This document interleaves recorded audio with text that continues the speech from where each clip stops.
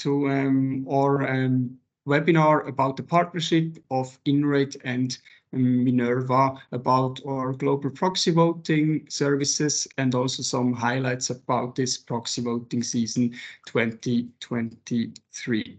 So today we will first introduce ourselves. So we will talk about Minerva and Inrate, then about our joint offering and our partnership. Then we will talk about some selected items about this proxy voting season. So you will see and hear something about the current developments and trends. And in the end, we have a Q&A. Great. So let's move on. So first, I'd like to introduce the two speakers. One of them, this is me. My name is Marco Wapf, and I joined Inrate this year in January. I'm not new to Inrate. During my studies, I was working for Inrate, and now I'm a rejoiner. So I studied accounting and finance in St. Gallen, and last year I could successfully finish that education to become a Swiss CPA, because in the last 3 years I was working as an external auditor for PwC. And now I'm really happy that I can introduce my co-speaker, Sarah Wilson. She's a CEO of Minerva, and I give you the word to introduce yourself. Thank you so much, Marco, and it's absolutely delightful to be here on this presentation. So, as Marco said, I'm Sarah. I'm the founder of Minerva. So, have been involved in proxy voting services for asset owners since 1996, which I reminded somebody this morning, that was before Google was invented. So it's been quite some time. We're just delighted to be working with Inrate. We've got a number of clients and projects already in process, and I'm really looking forward to talking to you today about how Inrate and Minerva can work together for you, and to share with you some of the knowledge that we've been developing over the last proxy season. So look forward to all of your questions. Thank you. Great. Thanks a lot, Sarah. So now I will use some words about Inrate. So most of you might already know Inrate. So what makes us special, or what's at the core of our business? That's impact, I would say. If I should use one word, it's impact, because Inrate tries to make impact both on society as well as on environment visible for all asset classes. So Inrate is, with its science-based methodology to measure impact, was founded in 1991. And what's connecting all of our employees and all of us is that we have a passion for sustainability, even though we're all quite different. So we have quite a diverse workforce. We have people from diverse studies and also from different nations, but we all have the passion for sustainability. What I want to mention as well is that Inrate is independent, and we try to, or we are avoiding conflict of interests. So we do not act as asset manager, or we do not consult companies that we are rating. It's really important for us to be also a credible player in the market. Moreover, if you look at our customer base, you can see that we have over 100 clients, and most of the clients come from Switzerland. So we're really currently focused on the Swiss market. As far as proxy voting is concerned, the proxy voting services were founded, or the first start was in 2011, where the Zug-based asset manager Z Capital began to provide shareholder services under the label Z Rating. And this Z Rating was then acquired by Inrate in 2015. And the name Z Rating was used until 2019. And after that, it was labeled under Inrate. And now the name Z Rating is especially for our corporate governance. The core product of proxy voting, as you might know, is the voting recommendation for Swiss listed companies. And here is to mention that this is based on transparent guidelines and also on a catalog of criteria that is also publicly available on our website. Now I'd like to hand over to Sarah. Thank you so much, Marco. Well, there's an awful lot that Minerva and Inrate have in common, and particularly this commitment to independent and objective research. We really do put the client at the centre of everything that we do. Our objective is to make sure that your stewardship is fully aligned with your investment thesis. And sustainability is something that has really been a core part of what we've been doing now for nearly 10 years. So we're fully aligned with TCFD, the Transition Pathway Initiative, which was actually created partly by one of our clients, Brunel Pension Scheme, the Sustainability Accounting Standards Board, PRI, etc. So those clients who are already well on the journey with sustainability, we have something to offer them. Equally, clients who are just beginning to get on their journey of ESG and climate change and stewardship, we also do a lot of work to help clients understand how to develop their policies. So since 2019, we've been part of Solactive, which is based in Frankfurt. They provide independent benchmarking. And like Minerva, Solactive is also equally passionate about independence and objectivity. So our work is regularly recognised across Europe. And so I'm very much looking forward to explaining to you how our analysis fits in with Inrate's point of view. Great. Thanks a lot, Sarah.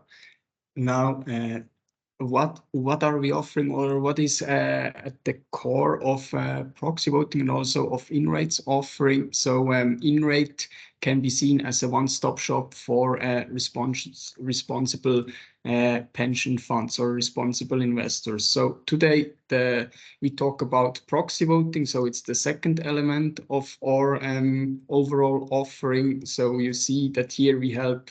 Until now, we helped Swiss clients with Swiss voting execution, but with the partnership together with Minerva, we are able to offer to Swiss investors also proxy voting services for an international coverage outside of Switzerland. Other offerings that Inrate has is the screening. So we help our clients to apply filters in order to set up their responsible portfolios. Moreover, we have also engagement, both Swiss and soon also on international level. With this, we get into contact with international with companies in order to reach via dialogue a long-term effect. So we talk about different topics from ESG in order to have some positive impact that firms change their something. Moreover, as far as reporting is concerned, we can help our clients to report on ESG aspects such as climate reporting, CO2 reporting, SDG, or ESG impact reporting. Now, I'd like to move on to the joint partnership. So until now, or before our partnership, we had the problem that Inrate was offering voting execution and voting recommendation for Swiss companies, but more and more responsible investors also want to execute their voting rights in a systematic way for international companies outside of Switzerland, so that we have a global coverage.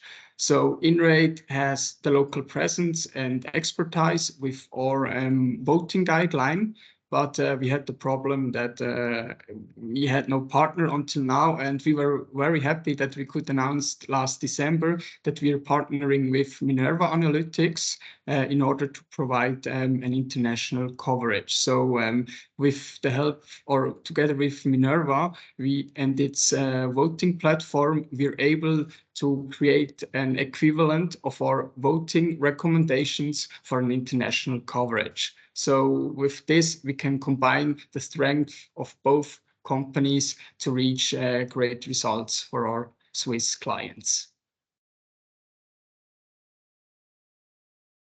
So let me lose some word about Inrate's voting guideline. So the voting guideline for us acts as a decision basis in order to decide if we should refuse or accept an agenda item. So here you can see that our voting guideline is focused on the long-term interest of a corporation and also the interest of minority shareholders. So we go into the perspective of a minority shareholder because most of our clients are minority shareholders in Swiss listed companies. Moreover, our voting guideline is not a document that once was created and never revised. We have a yearly revision of our voting guideline. With this, we can ensure that we capture recent corporate governance trends and also recent legislation, such as now in the next year, there will be the report on non-financial matters in Switzerland, where there will also be votes. And since last year, we are already ready to decide on such agenda items. Moreover, our voting guidelines and also further criteria are quite clear. We have clear principles in order to decide on agenda items. So if I give you an example, when we have the compensation levels we have defined for each company, we look at the size of the company and also the industry, and then decide with threshold if a compensation level is adequate or not. Also, for the board elections, we look at independence and board size.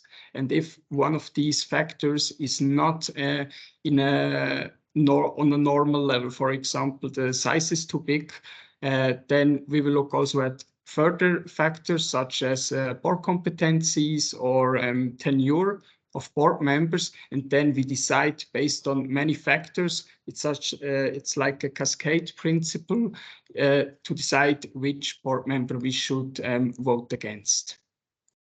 Moreover, we do not just have our voting guideline, but we also have a corporate governance assessment, the Z rating, with which we decide or we assess the corporate governance of a company, and both documents, so the catalog of criteria to assess the corporate governance of a company and also the voting recommendation are interrelated. Moreover, we try to also involve empirical findings from research in our voting guideline, and moreover, we have an annual revision of the voting guideline that is accepted by our board of experts, which consists of corporate governance experts. So coming back to the point about empirical research, I can give you here a short example. As already mentioned, with the election of board members, we look at independence and board size. And here we have defined, depending on the index where the company belongs to, what maximum amount of board members should be there. And this is not just some numbers that we decided out of the blue, but empirical research shows that smaller boards are rather linked to better firm performance or firm valuation. So we also include there some empirical research and findings. Good. Then I hand over to Sarah. Thank you very much, Marco. So there's a lot of similarity in Inrate's approach and Minerva's approach in terms of this cascade of issues and preferences that individual clients have for their voting policies. And we do think it's important to be able to offer this flexibility. There is obviously a core of good practice principles that we have in there. And as with Inrate, we have an annual review of all the global regulations and client preferences as they are emerging. And we are very, very strong on the empirical results analysis to actually see what is the most effective route. But global voting is often a bit of a mystery for people.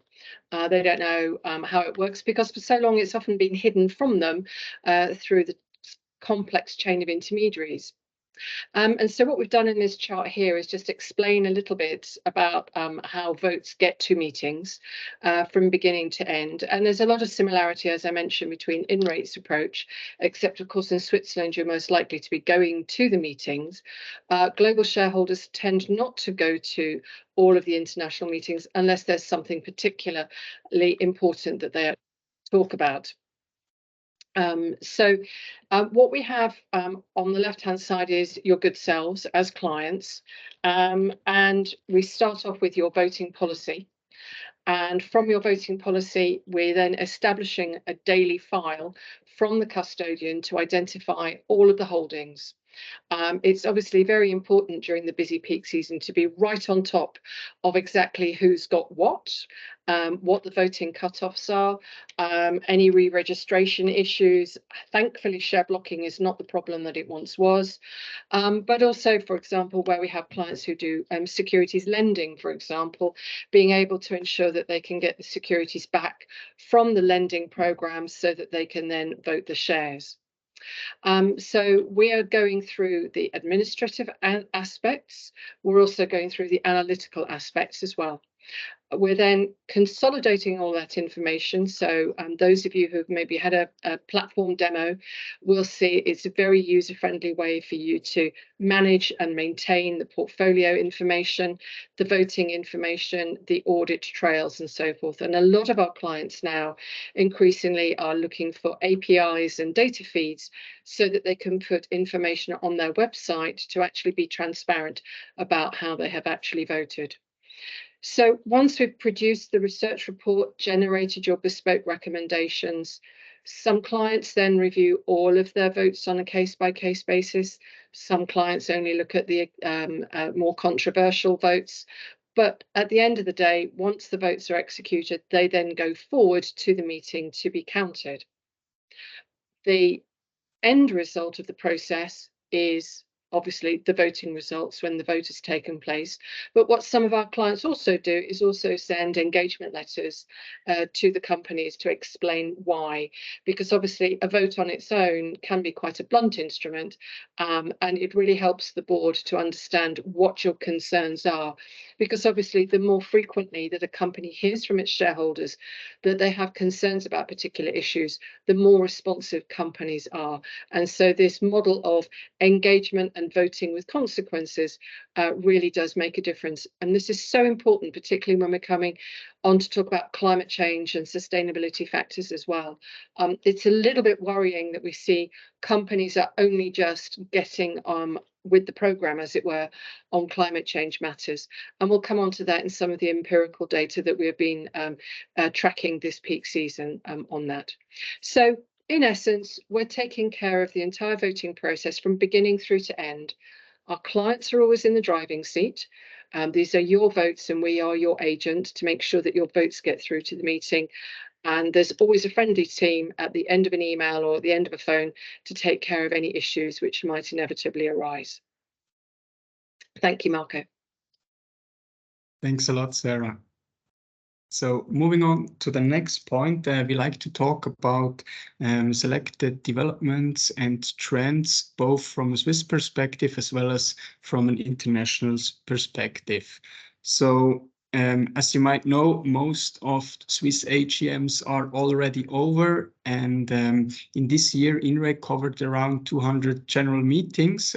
You can see there on the upper graph the distribution of these meetings, and as you might see that in calendar week 16 there were a lot of meetings. These were 34 to name the number. So the peak season is really a peak season, and thus in this year, the special point was the average number of agenda items per meeting really strongly increased by more than 10%. So when you see the lower graph, 2022, we had around 20 agenda items per meeting, and this year we had 23. So you might already guess what's the reason for that. The reason was the implementation of the new stock corporation law. Because of this, many Swiss listed companies decided already to change their articles of association. So this meant some more work for us in order to create our voting recommendations, but it was quite an interesting season as far as this is concerned. So until now, we had around 420 agenda items that could be directly connected to the stock corporation law revision. But it was not only that companies decided to change just the articles of association or topics that are related to the implementation of the stock corporation law, but there were also companies that thought they can change the articles of association also for other topics. Here I have listed some selected amendments that were quite interesting. So for example, for Schweiter Technologies and Phoenix Mecano, we had the conversion of bearer shares, also Inhaberaktien, into registered shares, Namenaktien. Moreover, the opting up clause was deleted for BKW and Cardex, and also some special rights or special regulation for the anchor shareholder in Interroll was also deleted. So these were quite impressive corporate governance improvements. Moreover, this year, share splits and reverse share splits happened quite often, especially in the last, I would say in the last month. One reason of that was to improve the tradability and liquidity of the stocks. Moreover, we had other amendments of the articles of association that were linked to the board size, third-party mandates, terms of office, or age limitation. But here are just some listed to mention some.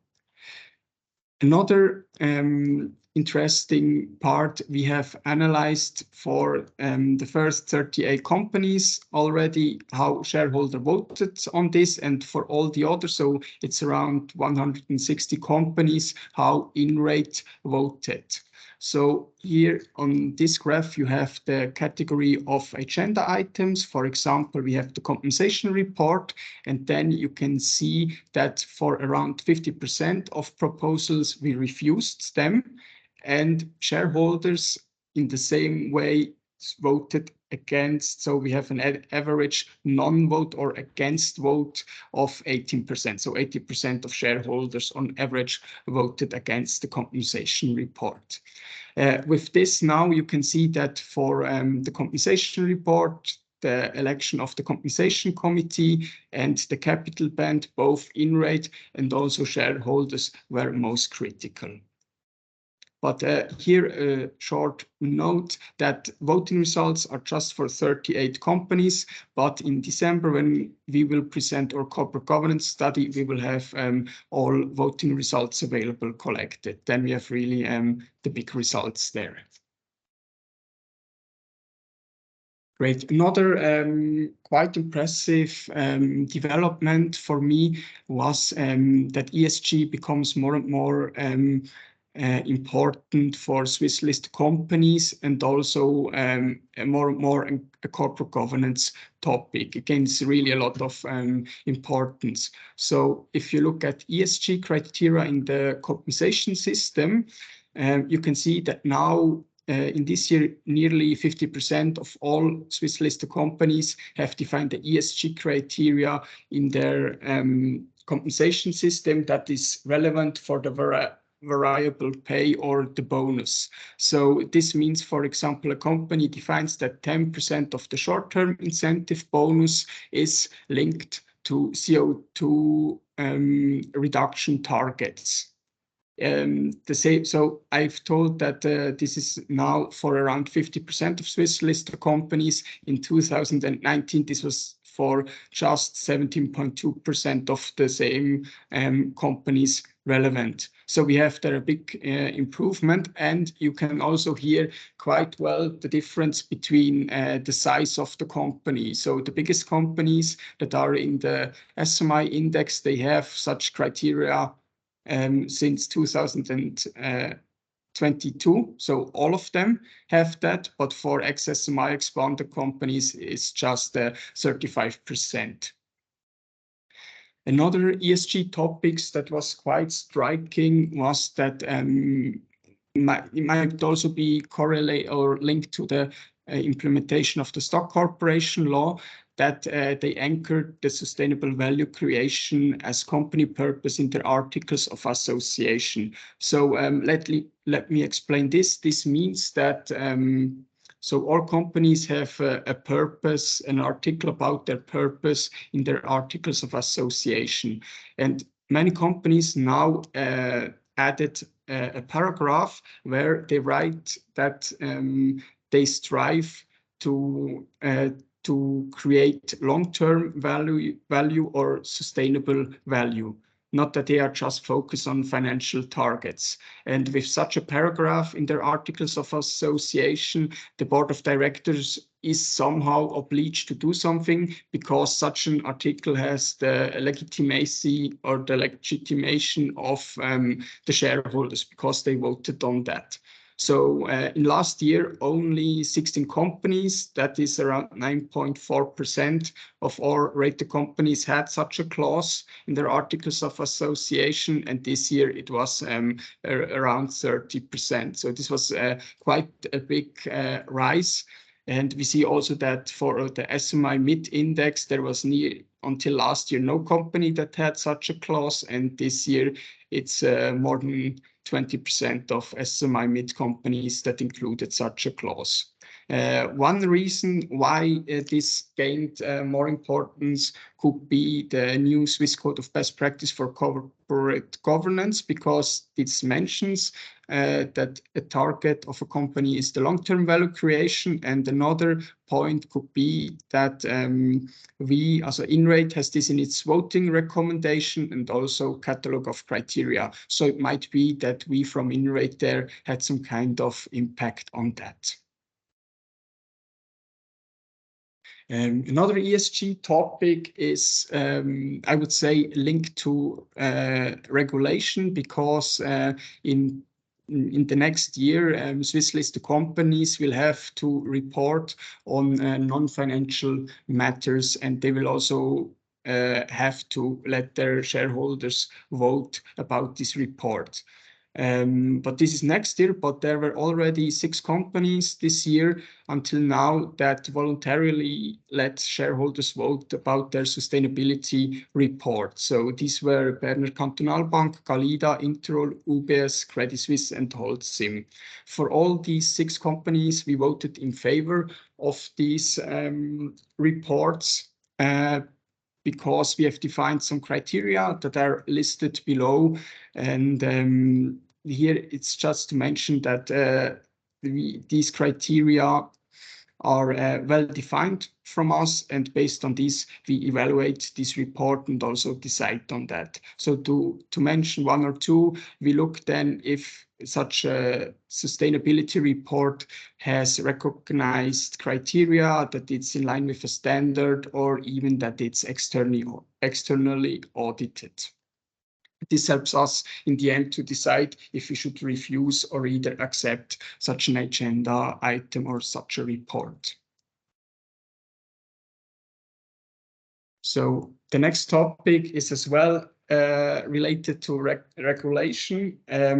So you can see here in the upper graph that the proportion of female board members increased over the last 10 years. Now we have, for the listed companies that we are rating, we have a female proportion or women proportion of 25.7%, and only 14% of boards do not have any women on that.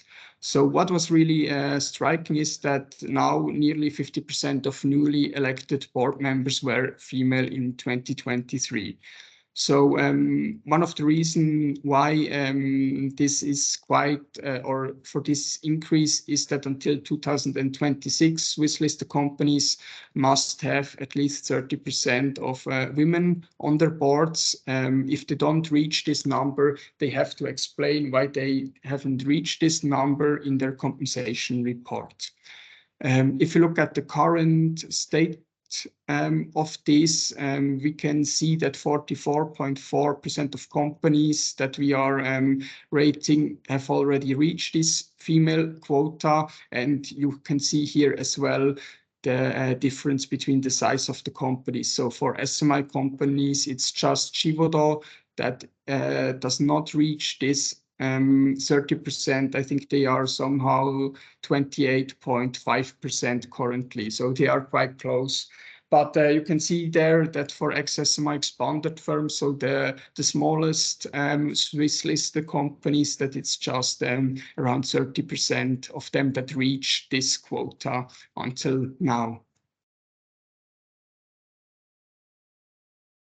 So the last topic that I selected is the revision of the stock corporation law.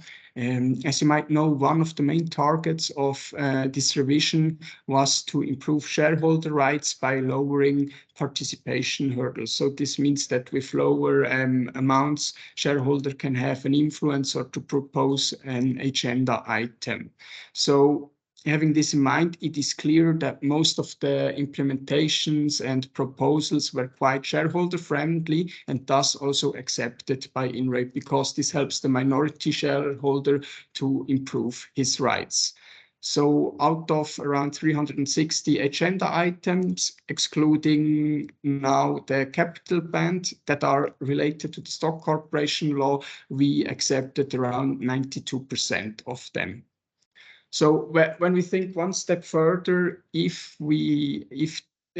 participation hurdles are lowered, we can expect probably that shareholder activism will increase. But in this year's AGM season until now, there were only 2 shareholder proposals that we could identify, and this was for Wapf Hartmann. They were linked to dividend distribution. So actually in this season there was not a lot of shareholder proposals. Probably in the next year, with now the lower participation hurdles in place, this will be way lower. Also trends such as ESG shareholder proposals, as we had in the USA, did not happen in Switzerland. But if next year such proposals will come more frequently, we will be quite ready for that, because we have defined in our voting recommendation clear criteria on which we will decide on such items. For example, we look if the corporate governance or rights of shareholders will be improved with this, if it helps the long-term interest of the company, and if this is explained, how this proposal can improve the long-term interest of the company, and also if such a proposal can improve the sustainability performance of a company. Moreover, 2 interesting topics about the implementation of the stock corporation law was the virtual annual general meeting and also the capital band. So for since we had Corona or COVID-19 in the last years, many annual general meetings were held online, and there were no physical meetings. But this year, practically all Swiss listed companies hold their annual general meetings physically, with 2 exceptions. These were IAVIS Victoria and Swatch that decided to have their meetings in a virtual way. So this is possible with the new stock corporation law. And for example, if we take Swatch, it was possible there then to talk online to other shareholders if you pre-registered for this.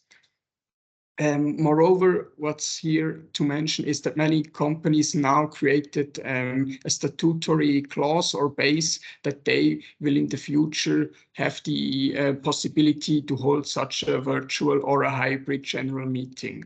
So a virtual meeting is where everything, the whole meeting is online, and you can vote real time online and also say something to other shareholders if you are if you pre-registered for this. And there's the other option of a hybrid meeting, which would be Inrate's favorite, because this would be a combination between a physical meeting and also a virtual meeting. So we have both, because we think this will really motivate more shareholders to participate in the annual general meeting, because the higher the participation is, the better it is for a company. So the other topic, I just want to talk shortly about this because it's quite technical. It's the capital band. This is some kind of authorization to either increase or decrease the share capital between a certain range. And this is also limited to a maximum of 5 years, according to the law. So just to give there a short or Inrate's view, so many of these proposals we refused. The reason for that was this authorization was often for longer than 3 years, and Inrate is against such an authorization that is longer than 3 years, because until with the old law we had the authorized capital increase that was possible, but for this the authorization was limited by law to 2 years. So now we thought if we increase this by 1 year, 3 years, we have some kind of more flexibility for the companies, but we think the maximum of 5 years is way too long, because today we live in a dynamic field, in a dynamic environment, and the 5 years are really long, and it's not that hard for a company to prolong a capital band that is limited to 3 years. So it's not an extra effort for companies to do this. Great. So now I would like to hand over to Sarah. Thank you very much, Marco. So international trends, outside Switzerland, the shape of the AGM season is broadly similar. As you know, over the Easter period, we are just surrounded by mountains of virtual annual reports, which are getting longer and longer and longer. I think when we started, they were about 30 pages long. They're now about 150 pages long. So there's a lot more complexity to what we have seen in the past. The things that are coming very much to the fore globally are broadly similar to Switzerland. But one of the key features of, for example, the North American market is the use of shareholder proposals. Now, every proposal is for shareholders, but these are proposals that have actually been put forward by the shareholders themselves in North America. And so what we've included here, because they're very topical on the ESG front, is a picture of how that market is changing. So on the left-hand side, we can see the count of shareholder resolutions, and on the right-hand side, the support level for them. Now, one thing I think everybody must have come across the saying, there are lies, damn lies, and statistics. If you looked at that, you might think, oh, there's been an increase in resolutions, but people don't support them so much. Well, one of the things that's been very unusual about the past year is the rise of anti-ESG. So these are organisations, politically motivated organisations, who are putting forward anti-diversity, anti-climate change, and anti-shareholder resolutions. I'm sure that many of you, if you've been reading the international newspapers, will have seen some of the American politicians talking about go woke, go broke, and many US shareholders are being legislated against so that they can't consider climate change and ESG factors. So later on in the year, we'll be disentangling some of those statistics to actually point out, actually, the real level of support for climate change resolutions is up. you've got to be really super careful about looking at raw statistics. But North America tends to be something of a laggard as compared with the rest of Europe on ESG factors. So there's a lot of attention, bearing in mind, obviously, that the US market represents maybe 40 to 45% of world market cap. This is an important market. So there has been a lot more focus on shareholder activism this year, but some shareholders are turning their attention to maybe starting to vote against directors now instead of voting for shareholder resolutions. I think this is because they're really experiencing a frustration with companies who are not listening. And so therefore we're seeing a lot more votes being directed against the chair for not having, making sure that the agenda is sort of properly constructed. Shareholder proposals also are focusing on tech companies. That isn't a surprise. The tech companies largely dominate the indexes these days, and there are some significant concerns about the workforce treatment, for example. Sustainability does take on a very broad set of definitions, and I think this is where Europe is actually starting to try and coalesce around some standardized definitions. And this is something that's, I think, going to plague us for maybe another couple or 3 years, possibly longer. One of the things that we're also seeing now is that, for example, in Australia, no longer just shareholder resolutions, but increasingly court cases. So shareholders and civil society groups frustrated with the lack of progress and action on the part of companies are starting to take companies to court. So increased accountability, increased focus. We've got a lot more legislation. That means a lot more cutting through. As you might imagine, that's quite complicated because companies are just so inconsistent in their disclosures at the moment. So stewardship is very much focused on trying to get companies disclosing better, setting Paris-aligned targets, and making sure that they are consistent and transparent. Next slide, please. Oh, no, I can do it myself. Thank you. So, yeah, the anti-ESG sentiment is something that you really need to look out for.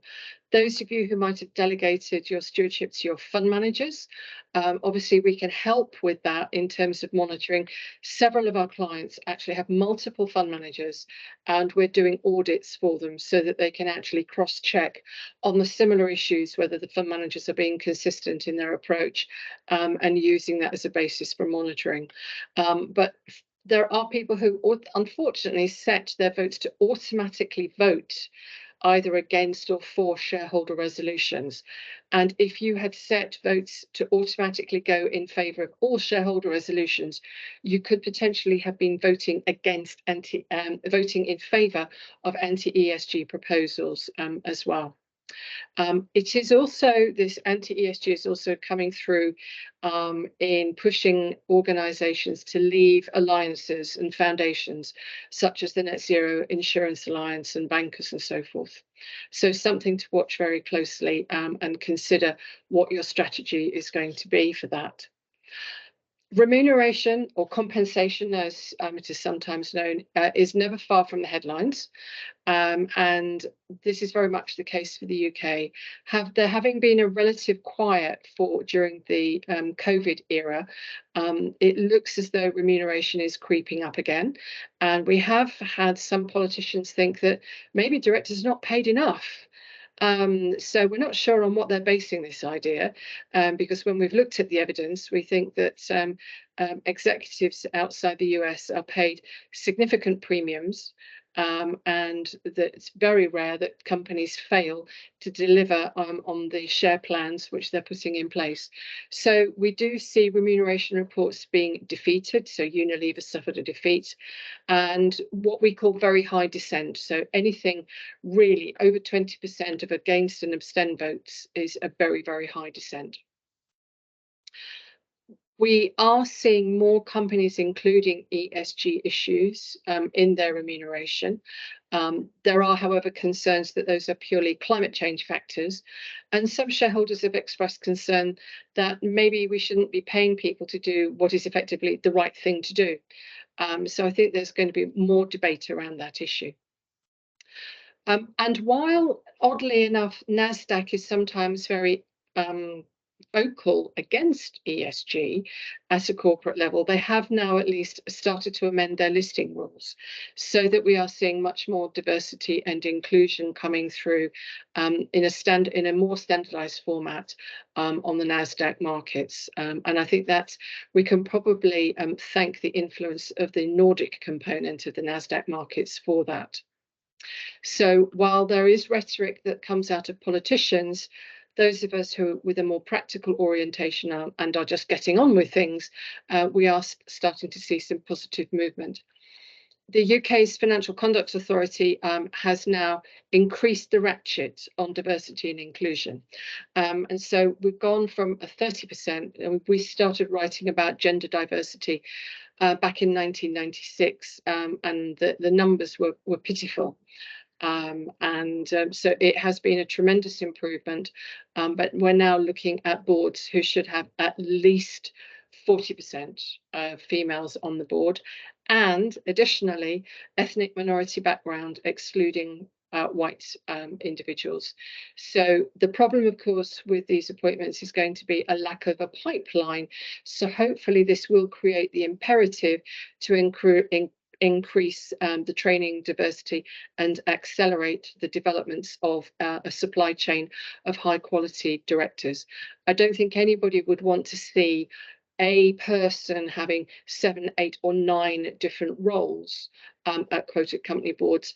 Rather, it's about succession planning, workforce development, and really the S dimension of the ESG, that boards start to think about that more. Now, one share, one vote has become a particularly problematic issue really in the last couple of years, and there is a great deal of muddled thinking coming from lobbyists. This really started, we saw it in 2 places, one in North America and the other it was Italy and also in the Netherlands, where it was suggested, oh, well, we've got to, the problem with IPOs is it's all terribly difficult. Governance is complicated. Shareholders are far too stern. However, that rhetoric is just not matched by the evidence. Dual class shares are really not necessary. They are creating very entrenched boards who forget about being accountable to the capital providers. The IPO market has got considerable problems with companies coming to the markets being incorrectly valued, boards not being prepared for being quoted companies, not sufficient training or understanding of the role of shareholders. And the number of hostile takeovers through proxy battles is negligible. So to suggest that founders need protecting from their shareholders is really just not matched by the reality. Really and truly, against votes against management are really exceptionally low. So we have started to see demands for sunset clauses coming through. If you know our good friend Caroline Escott at Railpen, for example, she is leading an initiative to try and bring their concerns to government. And there is a feeling that asset owners are somehow being used by politicians, having to provide the risk capital, but no guarantees and no accountability in return. So we're watching this issue very, very closely. Now, we know other markets have made changes. The US had the Jumpstart Our Businesses Act, but I have actually now got some other slides, which unfortunately we didn't have time to prepare for today, which has just shown that there has been a dearth of global IPOs in recent years. Those that have come to the market have been badly priced and ill prepared by their bankers. So I'm personally just a little bit unhappy to see shareholders being blamed for wider systemic problems in the market. So do watch out for this. One share, one vote. These are your rights. These are your property rights, and you have got people thinking that they can just take these voting rights away from you. So we are now starting to see shareholders going on the front foot. So we saw Total Energy a resolution to amend and eliminate double voting rights, because of course in France double voting rights have existed for a long time. but the benefits of the so-called double voting rights have been very hard for any shareholders to actually accrue because of the complexities of the custody system. So double voting rights, loyalty shares gradually disappeared during the 70s, 80s and 90s. We all thought it was going pretty well, and they've suddenly come back. So watch out for that one. So that concludes the formal part of the presentation. We will be producing a more detailed market by market, issue by issue analysis, which we aim to have published in the early part of September. Which will go into a lot more detail about particular companies and particular issues.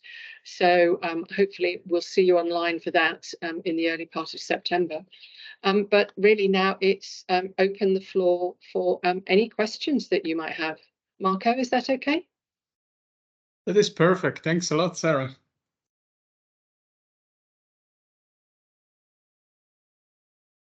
Great. So just we open discussion. Just feel free to ask questions if some questions arose.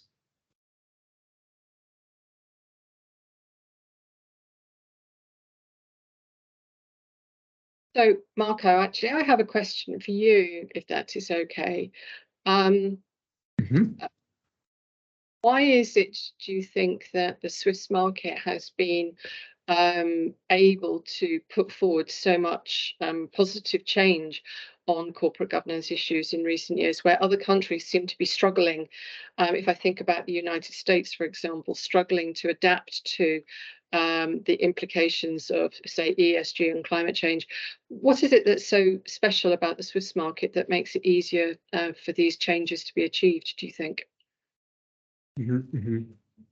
So a really good question. So I think one main point in this section might be that we had the Minder initiative that somehow changed the whole field as far as proxy voting and also the companies are concerned, because there were some additional votes that shareholders, especially pension funds, had to vote on. And I think this somehow also changed the mindset of I would say institutional or responsible shareholders. And also in the last year, since we see also climate crisis, climate issues, we see more and more that there are voluntary initiatives, even though there's no obligation to vote from Swiss institutional investors to really use their voice to engage with companies, which I think is great. Hilma, you've had your hand up for some time. Was that just that you could hear us? No, I think it was from the start.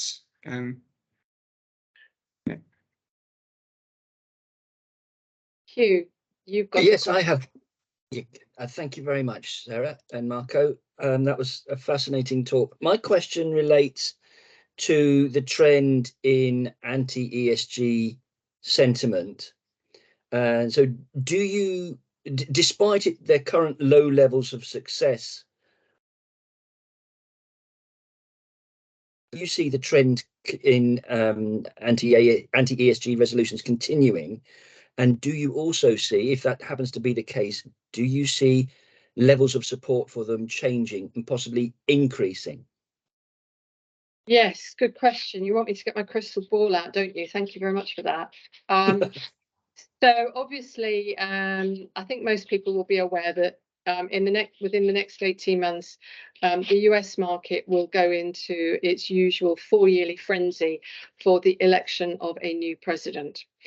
Who the candidates are going to be is very open, because obviously there's lots of interesting issues taking place over there.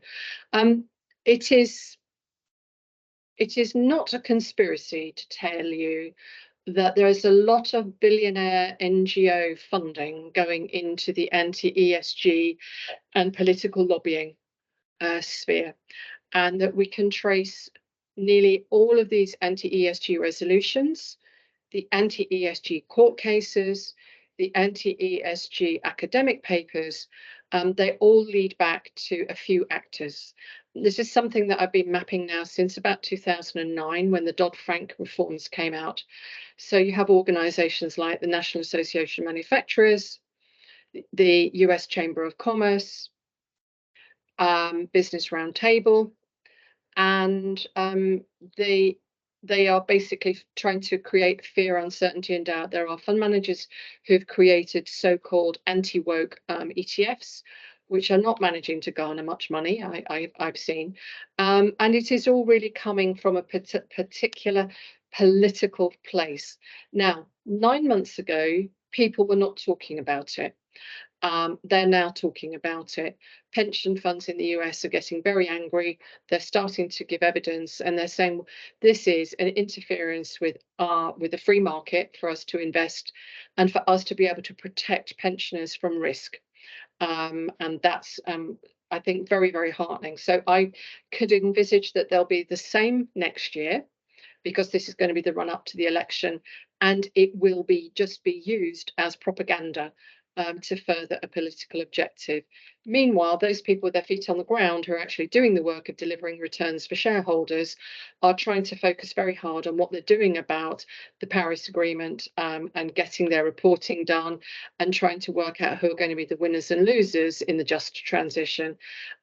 So I'm not going to say ignore it. I'm just going to say be very watchful. Don't believe everything that goes into print, because there is a lot of hysteria. I do worry. I mean, you could compare, for example, Bud Light versus Nike. Nike, for example, when it was put under pressure as a result of its support for Black Lives Matter, they carried on regardless.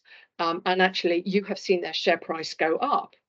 On the other hand, you've got Anheuser, sort of the Bud Light, who've had problems with gender diversity in their campaign. And as soon as they were criticised, the chilling effect of that criticism panicked them.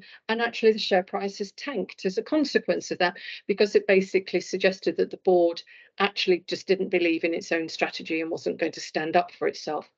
I am very heartened that there are many companies around the world who are trying extremely hard to do the right thing on diversity of all types, and also on their climate change preparedness. Not everybody's yet in the same place. So the voting is all about using that carrot and stick to get the right momentum, make sure that shareholders know where they stand, because, you know, you're going to be doing triennial valuations, trying to set an asset allocation strategy. The last thing that shareholders need are nasty surprises from politicians who think that suddenly pension funds and savers are somehow a pot of gold at the end of their rainbow, and are not prepared to give any guarantees. So it's going to be an interesting 18 months, couple of years, without a doubt. Thank you very much. Great. Thanks However, a lot. I'm not a betting person, so I'm not going to put any bets on how many we're going to get next year. Thank you, Sarah. Great. Thanks a lot. So since time is already over, I would suggest we move on. If you have some other questions, just feel free to write us an email, and then we will gladly answer such questions. So just to give you a short outlook, what's next for Inrate? So next week, Inrate will be knowledge partner of the Corporate Governance Excellence Conference of Finanz und Wirtschaft. Then at the end of August, we are happy to present our new engagement platform. This will be with Tilman Jund. And on the 14th of September, we will present our corporate governance study with our ranking of Swiss listed companies. And early part of September, we will have our global voting results analysis as well. So hopefully we will see you all sometime in the early autumn, if not before. Great. Good. And finally, I'd like to thank you all for your participation and attention. And if you should have any questions, or if you're looking for a strong partnership as far as global proxy voting is concerned, please feel free to contact either me or Sarah. And thanks a lot once again for your participation. Thank you, everybody. I hope you have a safe summer. Great. Thanks a lot. Thank you. Thank you. Bye.